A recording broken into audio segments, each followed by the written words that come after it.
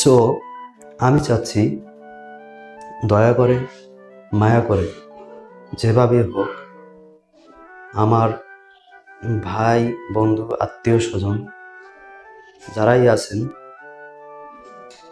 এই দাঙ্গামা, হাঙ্গামা, ভাঙচুর ইত্যাদি কাজে নিজেদেরকে লিপ্ত করবেন না।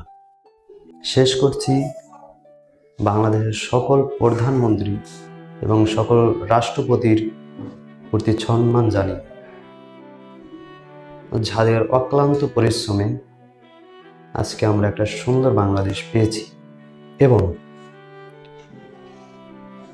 শেষ করছি আমাদের সেই সকল বীর শ্রেষ্ঠ সন্তানদের আন্তরিকতা, ভালোবাসা এবং তাদের জান্নাতের কামনা করে, যারা না হলেই এই সোনার বাংলা গড়ত না।